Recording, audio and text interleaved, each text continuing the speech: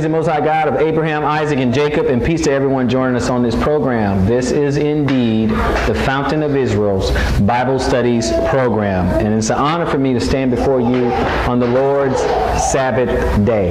Now, this is a subject we're going to cover, which is the circumcision. It's a subject that has been causing a lot of controversy in the Israelite circles and the various camps. Some camps like you do have to do it. Some camps say you don't have to do it. Some camps say, hey, Paul's doing away with the law. So you have Hebrew camps out there that they don't deal with Paul's writing whatsoever. Then obviously we have our modern day Christians who don't deal with the Old Testament whatsoever, really. They go back to get a few stories, but after that we're really about New Testament, and most of the time they stick to Paul's writings. But we're going to let the Scriptures speak for itself concerning the law of circumcision and see if it's valid or done away with, or has there been a little bit of a misunderstanding when it comes to the circumcision. So this lesson is the circumcision, the heart or the flesh. And we will pick this lesson up in Acts 15. And we're going to pick up on a few key things. Acts 15. And when you get to Acts 15, brother, go ahead and read. Acts 15, and we're going to pick it up at verse 1, actually. Acts 15 and 1. Acts 15, verse 1. And certain men which came down from Judea, yes, taught the brethren, and said, except ye be circumcised after the manner of Moses, ye cannot be saved. Okay, see, we have to catch something right here. Right here in the very first verse. They said certain men, so this is not the Jews, okay? This is a different set of men. Just like there's some division in Israel today, there was division then.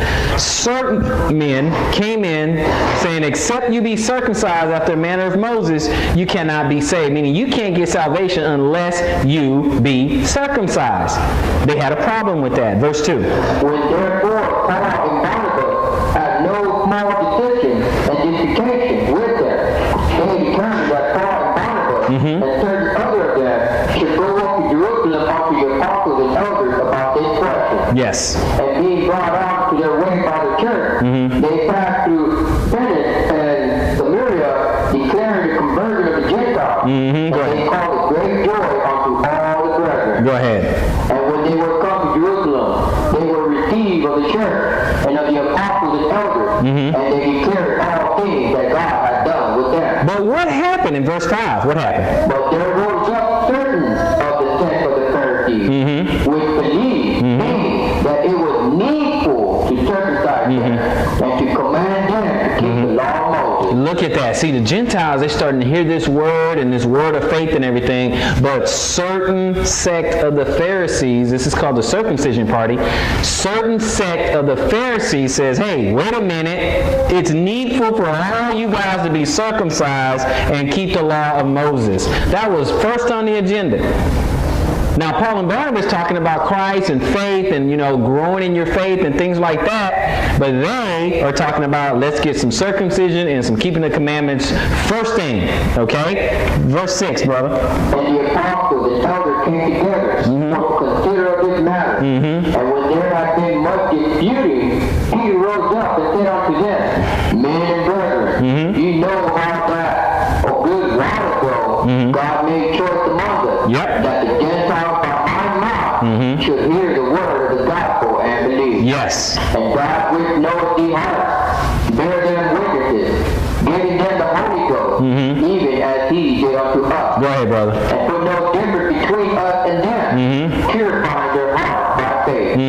Now therefore, why can't ye God to put a yoke upon the neck of the disciples, which neither our fathers nor were able to bear? Right, so you're coming into this faith. You're coming into this faith. We're talking about the Messiah and trying to attain salvation.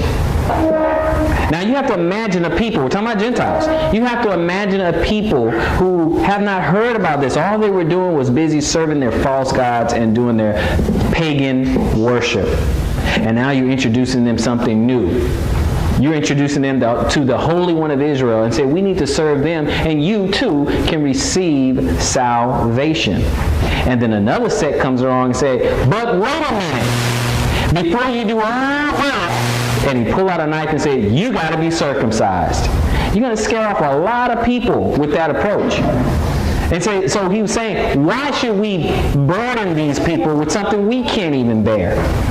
Why should we put so much on them right away? Too much, too fast. Go to verse 13, brother. 15 verse 13. And after they had held their peace, gave answer saying, Men and brethren, hearken unto me. The Lord hath declared how God at the first did visit the Gentiles, to take out of them a people for his name. Yes. And to this agree the word of the prophet as it is written. Skip to 19. At 15 verse 19. Yes, sir. Skip to 19. Yes, sir.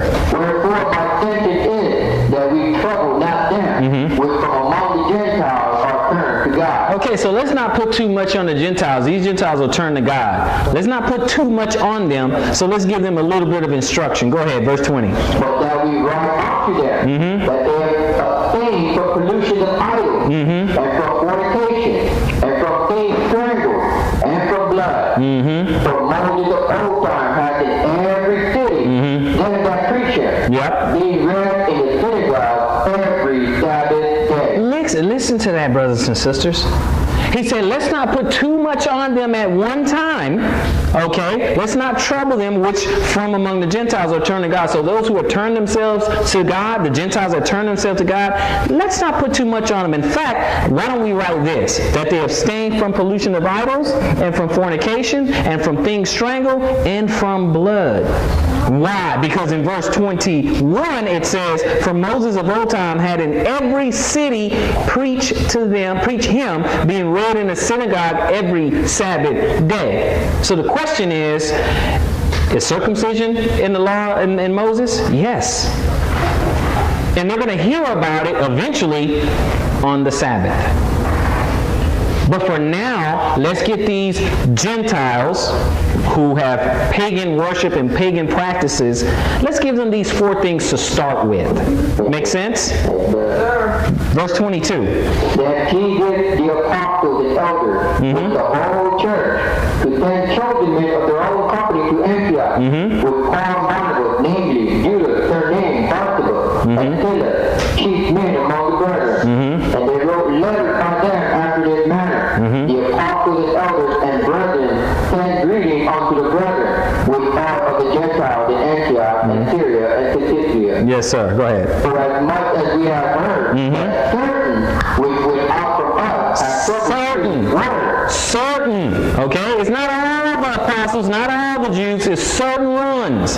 Okay? This is the circumcision party. Go ahead. But burning your souls, saying ye must be circumcised, and keep the law, to whom we have no such commandment. Because that's a big burden, brothers and sisters. You never heard of it. So if you go to a guy who never heard of this stuff and you go up to him and say, let's serve the Most High God of Abraham, Isaac, and Jacob, and let me circumcise you right now.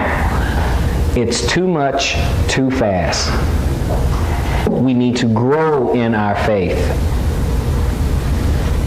That's the point here. It's not that the apostles are saying, oh no, you don't have to do it. Don't do it ever. Grow from where you are. Drop to verse 28, brother. 28. For it seemed good to the Holy Ghost and to us to lay upon you no greater burden than these necessary things. No greater burden. We don't want to put no greater burden on you right now. Okay? Because we know you're going to hear the law and the prophets every Sabbath day. So for right now, all we wrote to you is this. And the Holy Ghost seemed pleased with it.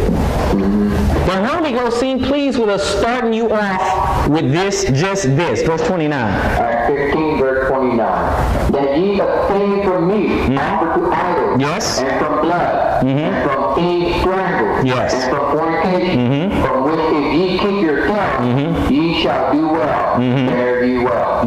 Exactly. That right now, you just say, okay, let's start with this. That's it. Now, a lot of people think that to mean that's all we have to do. Then that's not that hard. Stay away from idols, even though many of us, a lot of people are going into idols. This happens to be the 31st right now, and a lot of people will be practicing a lot of idolatry today and tonight, okay? But it said, abstain from meats offering to idols. That's why we don't do the Christmas turkey, okay? We don't do the Christmas ham. Or from blood. We don't eat our meat rare, okay? And the things strangled. And from fornication. That would be really easy. That's not that hard for us. But we got a lot of other things to do. We can't think that that's all there is. This is just a good start, especially to pagans and those who have never heard of the Holy One of Israel. Acts 16, brother. Acts 16. So if you thought that Paul thought, okay, yeah, you know what? We just talked to the elders. I talked to Peter. I talked to James. Everybody signed off on that. That's all we got to do. Then we should not see Acts 16 in verse 1. And when you get there, go ahead, brother. Then came he to Derbe and Lystra, and behold, a certain disciple was there, named Timothy, Yes. the son of a certain woman, Yes. which was a Jewess, and believed, but his father was a Greek. Okay, just so you know, she believed. I mean, she knew the truth. She knew what was going on. She had Timothy, her son. That's the same disciple of Paul. She was an Israelite, but his father was a Greek. Okay, he was a Greek. So, verse 2. Which was well reported of our brethren, that were at Lystra and Iconium. He heard good things about Timothy. So, Timothy knew better. He was a good guy. Go ahead. Then would Paul have to go forth with him, and took and circumcised him, because of the Jews which were in those quarters. Yep. For they knew that his father was a Greek. So he went to circumcise him. Why? Because Timothy already knew. His mother was Israelite. She already knew about the law and the prophets. She already knew. So she already told Timothy. So when Paul comes along and say, Tim, you know, we got to circumcise you, he already knew. Okay? So it wasn't a matter of, well, we don't have to do that no more, because if that was true, he could have told Timothy, don't worry about it. We don't have to do it. But the other Jews, they knew he knew better. So they would say, well, how come he's not circumcised? He knows. So there was no excuse. So we're going to go ahead and continue. Let's go to Genesis 17. Let's see where the whole thing began. We're going to run through some scriptures, and we're going to get a quick but clear understanding of this circumcision. A quick but clear understanding of Genesis 17, and we're going to pick it up at verse 1. And when you get there, brother, proceed. And when Abraham was 90 years old and 9, the Lord appeared to Abraham and said unto him, I am the Almighty God. Walk before me and be thou perfect. And I will make my covenant between me and thee, and will multiply thee exceedingly.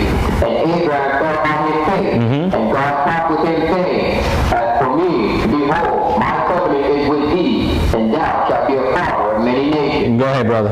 Neither shall thy name any more be called Abraham, but thy name shall be Abraham. So it changed from Abram to Abraham, which means many. Continue. For a father of many nations have I made thee. Go ahead. And I will make thee exceeding fruitful, and I will make nations of thee, and kings shall come out of thee. Yes. And I will establish my covenant between me and thee, and thy seed after thee in their generations, everlasting covenant. Everlasting. Go ahead. To be a God unto thee, and to thy seed after thee. Yes, sir. Skip down to verse 10.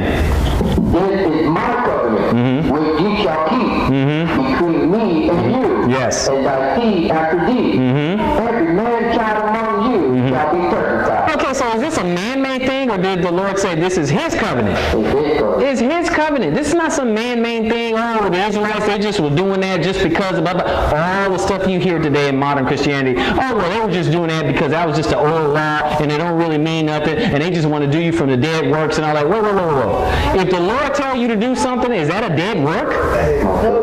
That's a part of his covenant. He said, this is my covenant. It's not even Abraham's covenant. He gave it to Abraham, but it's my covenant, says the Lord. Go ahead, brother. And ye shall circumcise the flesh of your foreskin, and it shall be a token of the covenant between me and you. Go ahead, brother. Verse 12. And he that is 8 days old shall be circumcised among you. Yes, sir. Every man child in your generation, he that is born in the house, or bought with money of any stranger, which is not of thy seed. That pretty much covers everybody, doesn't it? Because it started with Abraham, so there's him, then his children, then it's the strangers and his manservant and maidservants that's in his house. That's pretty much everybody. And then he said you're going to do it to the kids when the kids are 8 days old. 8 days old. This is a token of the covenant, and it's forever. We have a feast day called the Tabernacles of the 8th day, which symbolizes forever or eternity. Okay, it all means something. It all means something. God is not a vain God. He put this in here for a reason. Go ahead. He's trying to fulfill something and get something spiritual to us, okay? Go ahead. Genesis 17, verse 13. He that is born in thy house, and he that is bought with thy money, must needs be circumcised. Gotta do it. Go ahead. And my covenant shall be in your flesh for an everlasting covenant. So the covenant is in the flesh. So it sounds like it's worth doing. But it means something. See, in the Hebrew culture, they always did something physical to teach us the spiritual. Let's continue. Verse 14. And the uncircumcised man shall, whose flesh of his foreskin is not circumcised, that soul shall be cut off from his people. He has broken my covenant. It's got, drop down to 24, verse 24, brother. Genesis 17, verse 24. And Abraham was 90 years old and 9 when he was circumcised in the flesh of his foreskin. And Ishmael, his son, was 13 years old when he was circumcised in the flesh of his foreskin. In the same day was Abraham circumcised, and Ishmael his son. And all the men of his house, born in the house, and bought with money of the strangers, were circumcised with him. So that covers everybody. Everybody in the house. Abraham, his son, and everybody who worked for him. Everyone had to be circumcised. Can you imagine you work for your boss and he come to you one day and say, hey, we're going to have to cut some foreskin. But you had to do it if you want to be adopted. And if you are, Abraham being our father of faith, and you want to be called into the same covenant of Abraham, you got to do as Abraham has done. All these physical things mean something spiritually. The same with the head covering. You don't get it, you don't understand it, but it's something physical and practical so you can understand the spiritual. It's not a vain God. That's what we have to get out of our head. But let's see why the Lord did that. Go to Genesis 26, brother. Genesis 26. And we're going to read verse 5. So we're going to see why.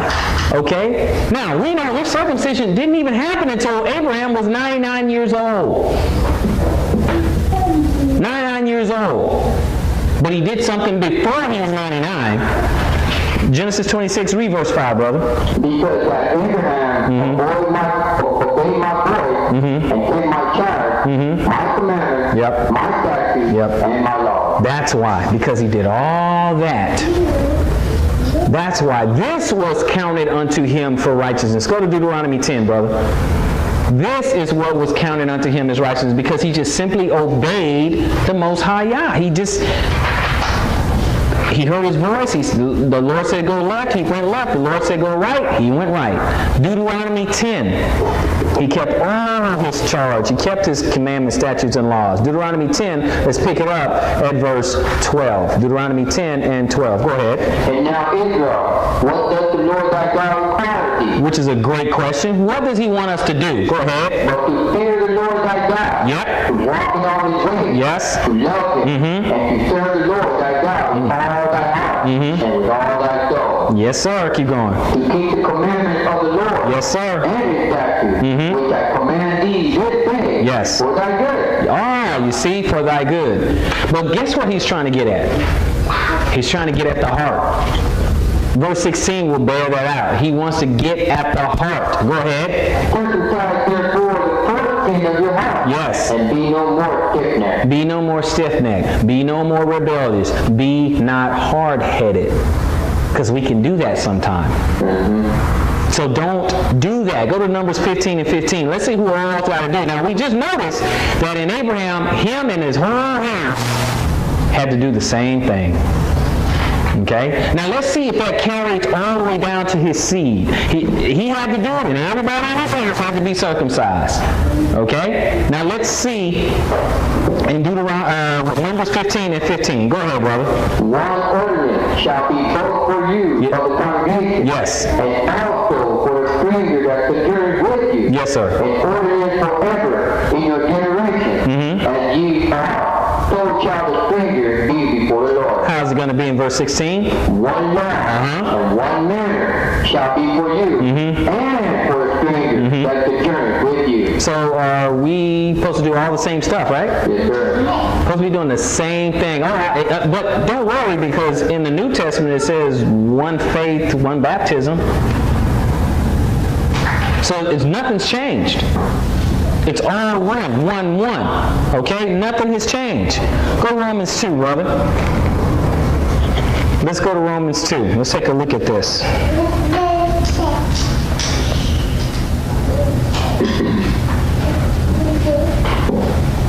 Romans 2.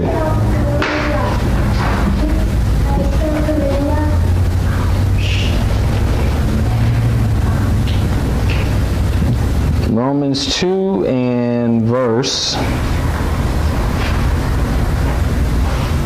17. 2 and 17. When you get that, brother, go ahead. Romans 2, verse 17. Behold, thou art called a Jew, and rested in the law, Yes. and makest thy boast of God. Okay, so you have the law and you boast in God. But skip down to 23, brother. Thou that makest thy boast of the law, through breaking the law, dishonorest thou God. Yeah, you dishonor God if you boasting about, oh, keep the commandments, then you break them. Go ahead. For the name of God is blasphemous among the Gentiles through you. Yeah, but it is written. see, the Gentiles are looking at us.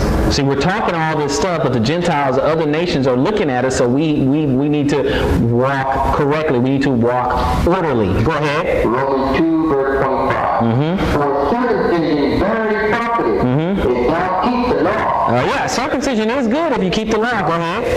But if thou be a breaker of the law, thy circumcision is made uncircumcision. Doesn't it sound like he's kind of combating certain men who are saying, hey, you got to be circumcised in order to be saved?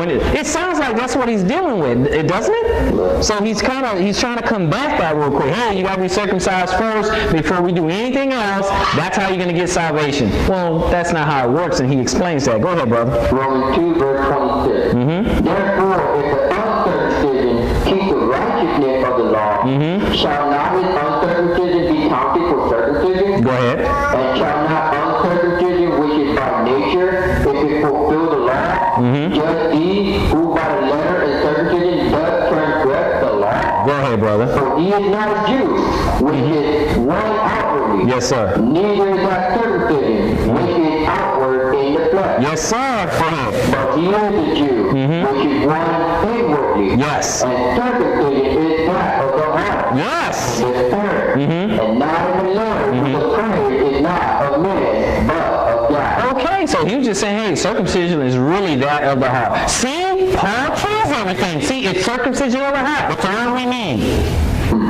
But if circumcision of the heart, is that a new thing, or is Paul still talking about Old Testament stuff? That's the question. So go to Jeremiah 4 and 4. The question is Paul still talking about Tanakh, or is he talking about something new? Did Paul come up with this whole circumcision of the heart on his own? That's a good question. Wouldn't you agree? It's a good question. Hey, did he come up with all that by himself, or is he talking about Tanakh? Go ahead. Jeremiah 4. Let's pick up at verse 4, brother.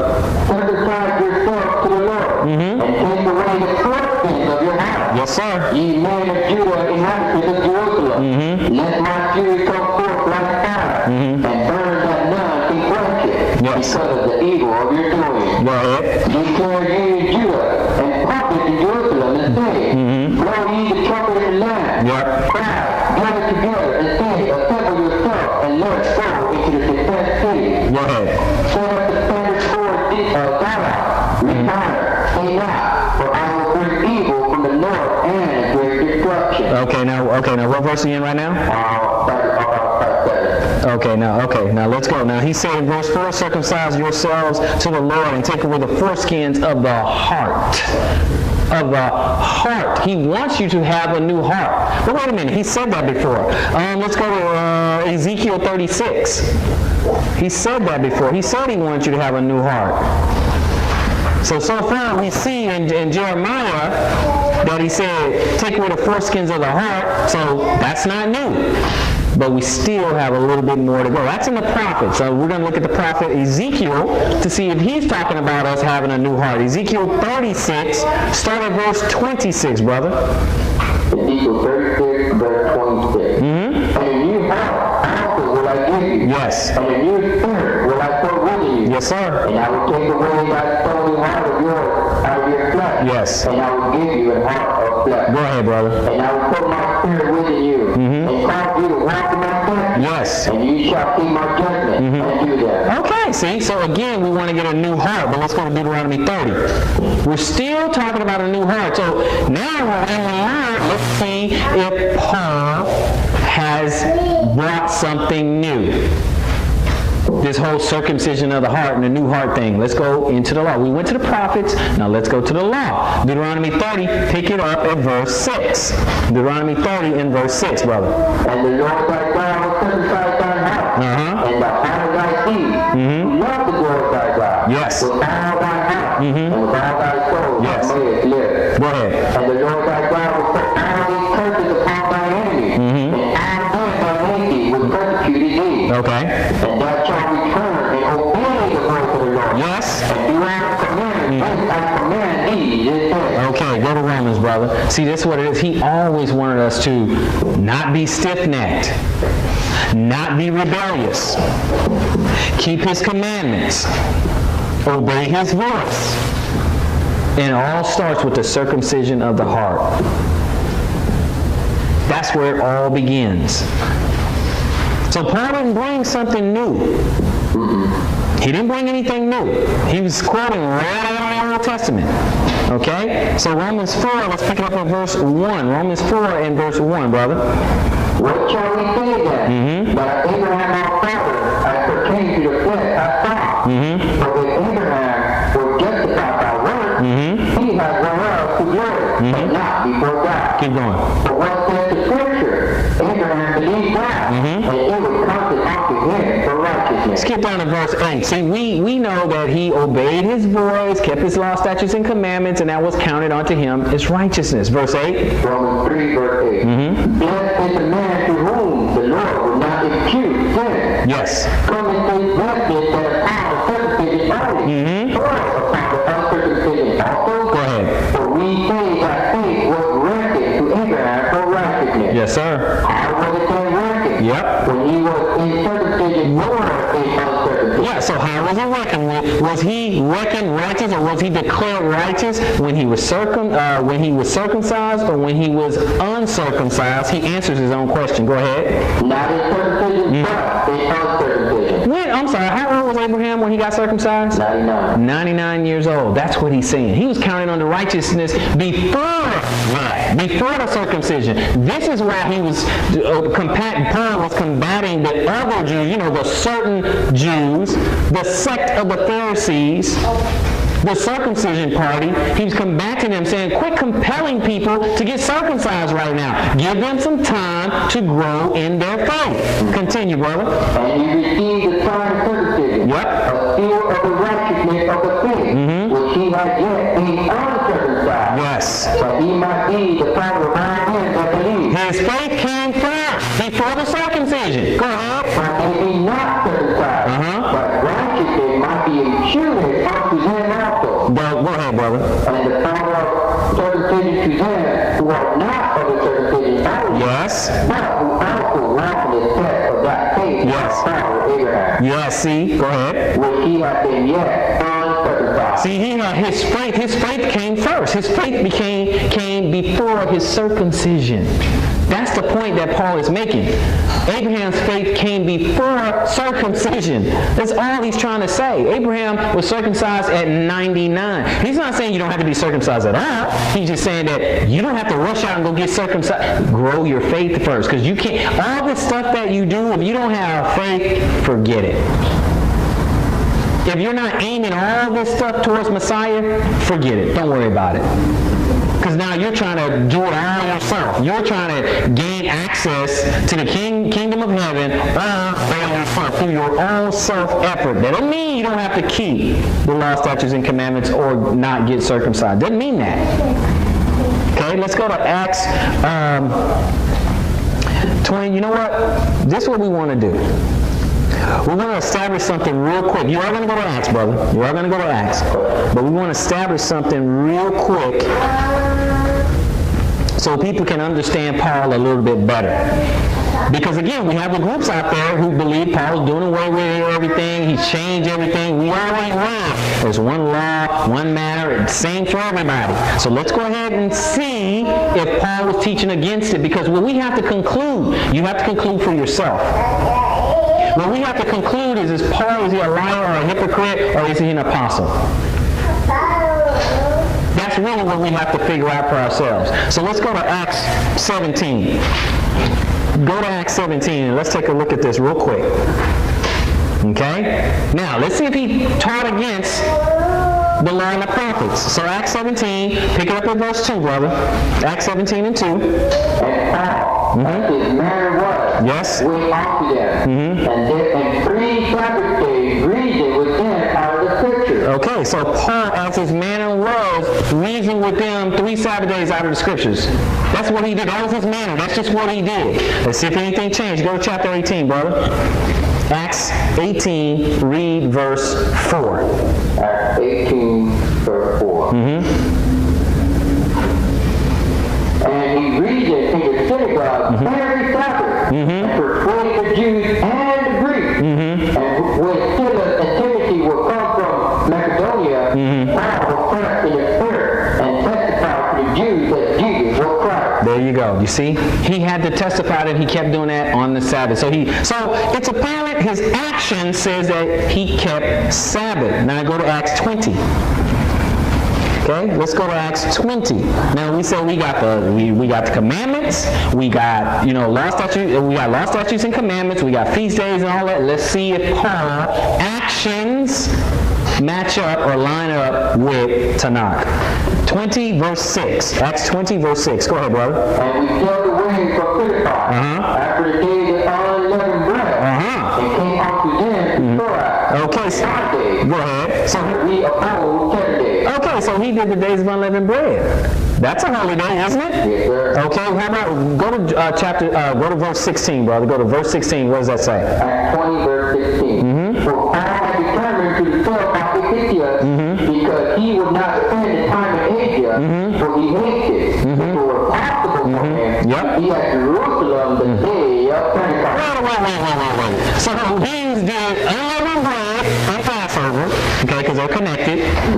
Then he says, I got to get to Jerusalem. I got to try by all means. I need to get to Jerusalem for Pentecost, which is another one. It's called the Feast of Weeks in the Old Testament. So he was still trying to do that as well. Okay? Now, let's see. Now, that is what his actions told us.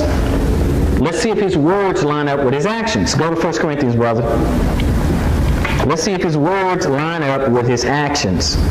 Because we know a lot of people on one side, they have a problem with Paul. And they don't want to do anything with his writings because he's doing away with all the law and the prophets. Then we have the other side who misinterpret Paul and think he actually did do away with all the law and the prophets. So let's go to 1 Corinthians 5. 1 Corinthians 5, brother. Chapter 5. And let's look at verse 7. Read verse 7 and 8. And don't worry, we'll get back on circumcision. Go ahead.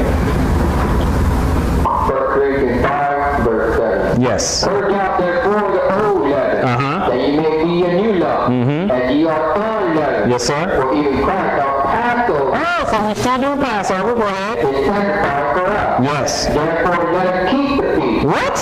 Therefore let us keep the feast. Go ahead. Not with unleavened, neither with the leaven of malice and of wickedness, but with the unleavened bread of sincerity and truth. Yes, sir. So, Paul was doing a lot of Old Testament stuff, and circumcision is a part of that, right? Yes, sir. That's what we have to remember. Okay? So now, let's go to Acts 24. What's on Acts? Go to Acts 24. Go to Acts 24.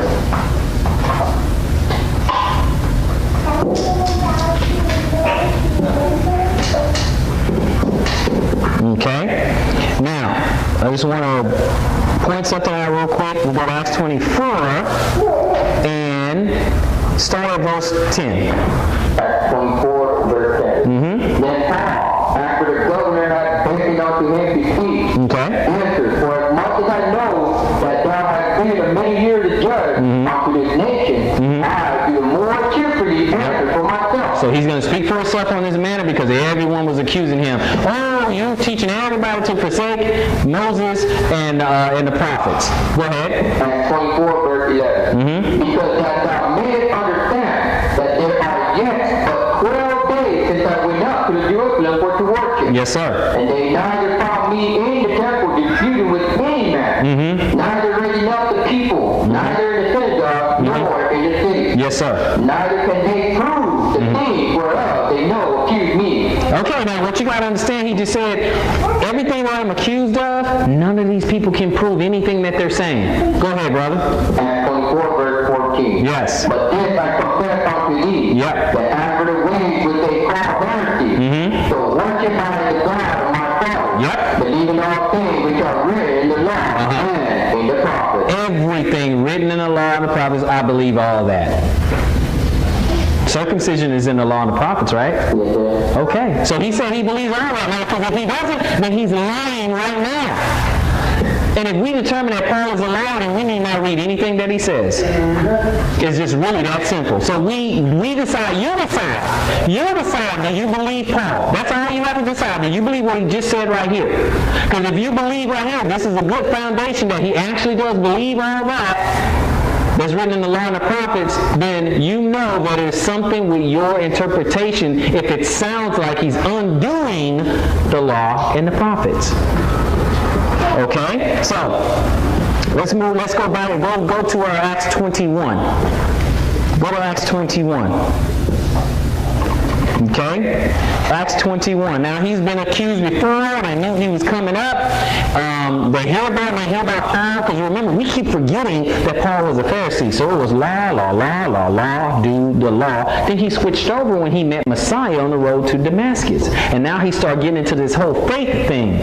Didn't do it with the law. He was just saying, man, I had the law, I had it backwards.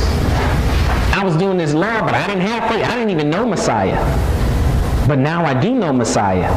He's the real deal, and we need to believe in him. This is basically what he was teaching. But everyone thinks that he's doing away with the law. We'll see that he was not doing that, okay? Let's start at verse 21. So Acts 21:21, brother. And they are informed of thee, that thou teachest all the Jews, which are among the Gentiles, to forsake Moses, saying that they ought not to be circumcised their children, neither to wax after their custom. What is it therefore? The multitude must needs come together, but they will hear that thou art come. Do therefore this that we say to thee, we have 4 men that have a vow on them. Yes. Then think and purify thyself with them, and be at charges with them, that they may shave their heads. Yes. And I will know that those things whereof they were informed concerning thee are nothing, but that thou thyself also walkest orderly and keepest the law. But he walks orderly and keepeth the law. Because he teaches all that he keepeth the law. As a matter of fact, give me a favor, brother. Go to Romans 7. They say, well, let's make sure that you walk orderly and that you keep the law. Okay? So let's go to Romans 7 real quick. Because I know there's a lot of scriptures out there that sounds like, hey man, he doesn't do it, we ain't got to do that. But what does he say in Romans 7 and go to verse 22? What does that say, brother? For I delight in the law of God after the inward man. What does it say in verse 25? I thank God for Jesus Christ our Lord, so then with the mind of myself, serve the law of God. Yes. But with the flesh, the law of sin. So it's 2 different sins, right, brother? That's what we see, that there's 2 different laws. Okay, 2 different laws, excuse me. Okay, so let's go ahead and go to Galatians. Okay, let's go ahead and go to Galatians 2.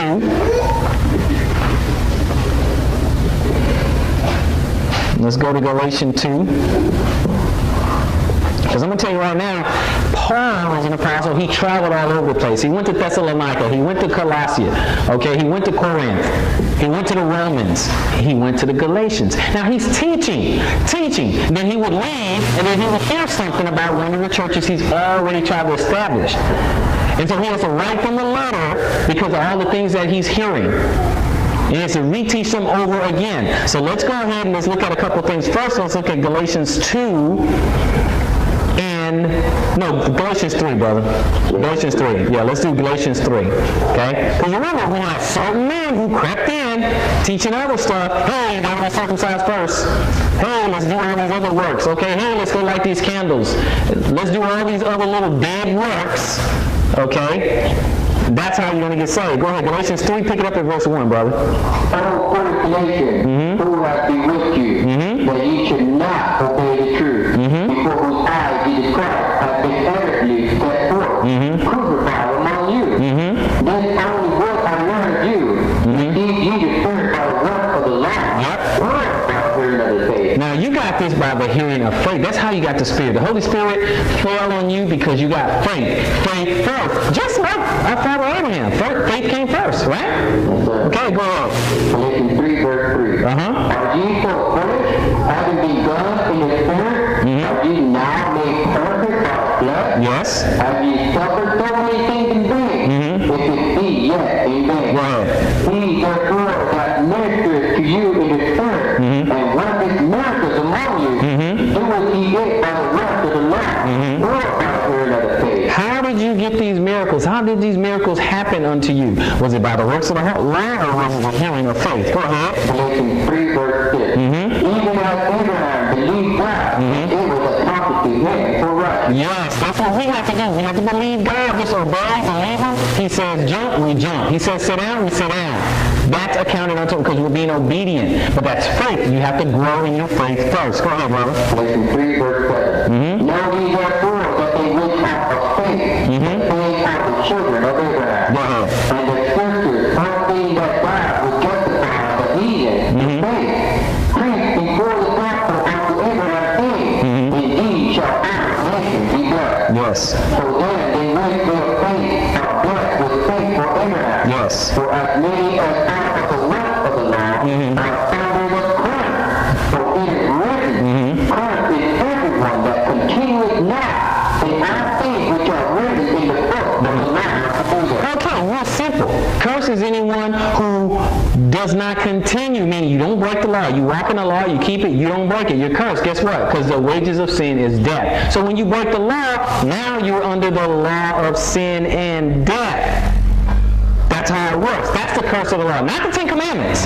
It doesn't say, well, if you keep the Ten Commandments, then you're cursed. If you keep the law of God, then you're cursed. No. Paul even said, I delight in the law of God. Because after the Spirit, I serve the law of God. But after the flesh, the law of sin and death. So every time you see law, it don't automatically mean, oh, it's the Big Ten. You got to get that out of your head. It's all about context. But since it says, curses every man, every one that continueth not in all the things which are written in the book of the law to do. So if you don't keep doing it, that's how you get cursed. But 11, for but that no man is justified by the law on the side of God. It is evident, for that judge shall live by faith. yeah, we're going to get eternal life by faith. We're just doing this because we have faith in the Most High God. Okay? Now, let's go ahead and skip forward. We're still talking about circumcision, so go to Leviticus 23. Leviticus 26. Leviticus 26.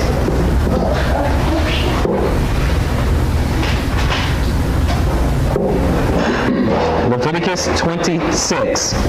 And I know some of you probably thinking, oh, he read about Timothy getting circumcised, but he didn't say anything about Titus. Don't worry, we'll get there. We'll get there.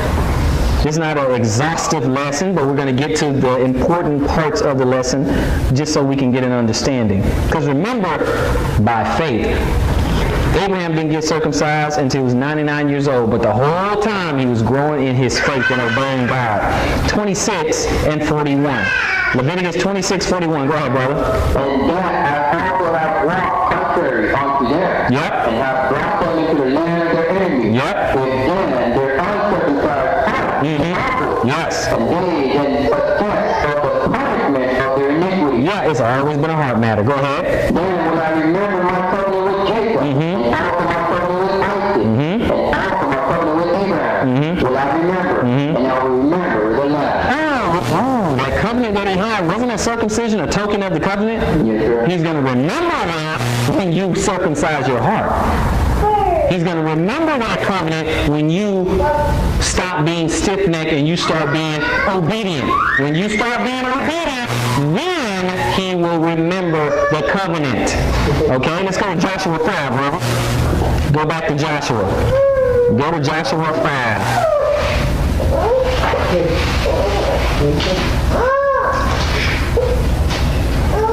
Joshua 5, brother.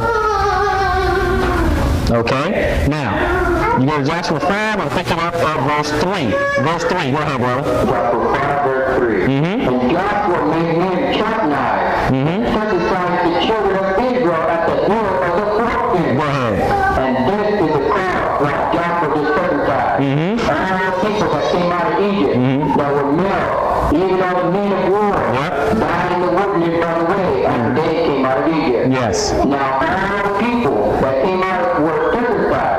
But all the people that were born in that wilderness by the way as they came forth out of Egypt, then they had not circumcised. Go ahead, brother. For the children of Israel walked 40 years in the wilderness till all the people that were men of war which came out of Egypt were consumed because they obeyed not the voice of the Lord. That's really bad, bro. To whom the Lord swore that he would not kill them the land which the Lord swore unto their fathers, but he would give us a land that flows with milk and honey. Go ahead, brother. And their children, whom he raised up in their stead, then Joshua circumcised, for they were uncircumcised, because they had not circumcised them by the way. Go ahead. And it came to pass, for they had done circumcising all the people, that they abode in their places in the camp, till they were old. Until they healed. So everybody was circumcised, and they just stayed in their tents, in their camp, until they were healed from the circumcision. But everybody got circumcised, right? That's what we have to remember. Go to Exodus 12, brother. Let's go to Exodus 12. Go to Exodus 12, and we're going to pick it up at verse 43. Exodus 12 and verse 43, and when you get there, you go ahead and read, brother. And the Lord said unto Moses and Aaron, this is the ordinance of the Passover. There shall no stranger eat thereof, but every man's servant that is bought for money, when thou hast circumcised him, then shall he eat thereof. Go ahead. A foreigner and an hired servant shall not eat thereof. In one house shall it be eaten. Thou shalt not carry forth out of the flesh of ground out of the house, neither shall ye break a bone thereof. Okay, so in order to keep the Passover, you got to be circumcised. But go ahead. All the congregation of Israel shall keep it. And when a stranger shall sojourn with thee, and will keep the Passover to the Lord, let all his males be circumcised. And then let him come near and keep it. And he shall be as a one that is born in the land. For no uncircumcised person shall eat thereof. That's the Lord. That's what the Lord says. Plain and simple, and he's not a respecter of persons, right? Not a respecter of persons, so everybody got to do it. The only thing changed in the New Testament, brother and sister, is that you have a little bit more time. You can grow your faith, have a little more time. You figure, hey, you know what? I am going to serve the Most High God, Abraham, Isaac, and Jacob. This is the God I am going to serve from here on out. When your faith grows to that point, then it's time to get circumcised. Get into that covenant with him. That's when it is time. Let's move on, brother. Let's go forward a little bit more. James 2. James 2. And then we're going to go to Galatians, because people are going to think that we're going to ignore the whole Titus thing. So let's go to James 2, because we say we believe. Let's check this out. James 2, pick it up at verse 20, brother. Verse 20 in James 2. Go ahead. But without love, obey man, by faith without works is dead. You said you believe, go ahead. Was not Abraham our father justified by works? When he had offered Isaac his son upon the altar? That means he actually physically did something. He was about to sacrifice Isaac, but we know he got spared. Go ahead. He saw how faith wrought with his works. Without works was faith made perfect. Well, he proved his faith through his works. Go ahead. And the scripture was fulfilled which said, Abraham believed God, and it was imputed unto him for righteousness. And he was called the son of God. Amen. Go to Galatians 2, brother. Let's go ahead and go to Galatians. Let's deal with this. Let's go ahead and go to Galatians 2 and pick it up at verse 1. 2 and 1. Galatians 2 and 1. Then 14 years after I went up against Jerusalem with Barnabas, Yes. and took Titus with me also. Okay, now Titus. Now he's a Greek. Go ahead. And I went up by revelation, and communicated unto them that gospel which I preach among the Gentiles. Yes. But founded me to them with word of reputation. Yes. Lest by any means I should run, or I run in vain. What does it say in verse 3, brother? Neither Titus, who was with me, in the Greek, Yep. was compelled to be circumcised. Go ahead, brother. And that because of false signs of unword, who came in finally to start out our liberty which we have in Christ Jesus, that they might bring us into bondage. See, I don't want you to miss that. See, don't miss what it says right here in verse 4 when it says that because of false brethren. False, okay? A false brethren unawares brought in who came in privately to spy out our liberty which we have in Christ Jesus. See, they have some liberty. We have a little bit of time. I want Titus' faith to grow a little while. I don't need the false brethren coming in and saying, hey, you better hurry up and get circumcised because that's the only way you're going to get salvation. That's a false brethren. So I can't tell someone, hey, you know what? You got to get circumcised or else it's over for you. No, he has time. Abraham got time. He's the father of our faith, right? He had time from birth to 199. He had time, but his faith grew in the meantime. Let's go on over to John 7. Okay? Let's see if anything changed. Let's go to John 7 real quick. Because sometimes we read things, when my wife and I, we talk about stuff like this, and we say sometimes we read it and it just goes right by us. We don't even pay any attention to it. But let's see if anything's done away with it when you go to John 7. And when you get there, we're going to pick it up at verse 20. John 7. John 7 and verse 20, brother. John 7, verse 20. When you get there, read. The people answered and said, Thou art the devil. Who bound about guilty? Jesus answered and said unto them, I have done one work, and ye are found. This is one work that I did. Go ahead. Moses therefore gave unto you circumcision, not because it is of Moses, but of the Sabbath. Yes. And ye on the Sabbath day circumcise a man. And ye on the Sabbath day, yes, circumcise a man. On the Sabbath day, go ahead. If a man on the Sabbath day receives circumcision, that the law of Moses should not be broken. This is the key verse. He's gonna, you're about to get circumcised, and this is what, see, Messiah is saying this. He says, so if a man receive circumcision on the Sabbath day so that the law of Moses should not be broken. See, we can't break the law of Moses. So we can't come in the New Testament and change something unless Messiah changed something. Okay? Because even in 1 Corinthians 11 and 1, Paul said, follow me as I follow Christ, even as I am also follow Christ. Okay? So we got to follow him like he followed Christ, and Christ didn't sound like he has a problem with circumcision. Did it sound like he had a problem with that? No, he said, if a man on the Sabbath day receives circumcision, but the law of Moses should not be broken, continue. Are ye angry at me because I have made a man every whit whole on the Sabbath day? That's what we're talking about, brother. That's what we're talking about. Now let's look at Philippians 3. Let's go to Philippians 3 before we finish this up. Go to Philippians 3, brother.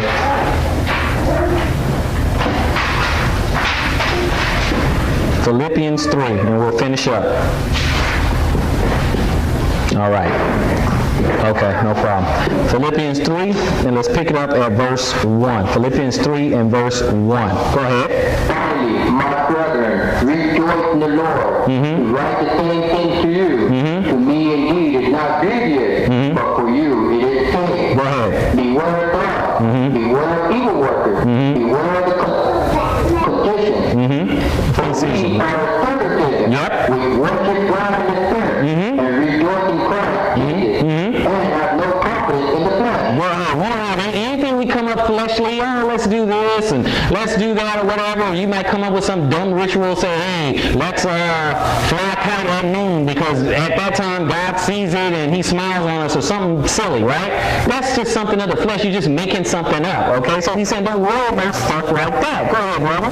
Well, I might also have confidence in the flesh. If any other man thinks that he has whereof he might trust in the flesh, I have more. I have all the reason in the world that I can trust in the flesh, and he's going to tell you why. Next verse. Circumcised the eighth day. Paul was circumcised the eighth day. He's an Israelite. Go ahead. He comes from the tribe of Benjamin. Go ahead. He's a Hebrew of the Hebrews. Go ahead. As it concerns to the law, I'm a Pharisee. So he knows what he's talking about when we're talking about Old Testament, right? Okay, go ahead. Persecuting the church. Yes, he persecuted the church. Go ahead. Yeah, I was doing the law. I've been working this law. It's no thing to me. I do this. Okay? So that's why he got on the faith bandwagon, because he got the law part down. Okay? And so when he goes to teach the Gentiles, he's teaching them the faith part first. Okay? So don't think that he's doing away with the law. And for those who think he's doing away with the law so we can get out of here, go to Romans 13, brother. Go to Romans 13. Let's go ahead and finish this up real quick, because we got way too many people thinking he's doing away with the law.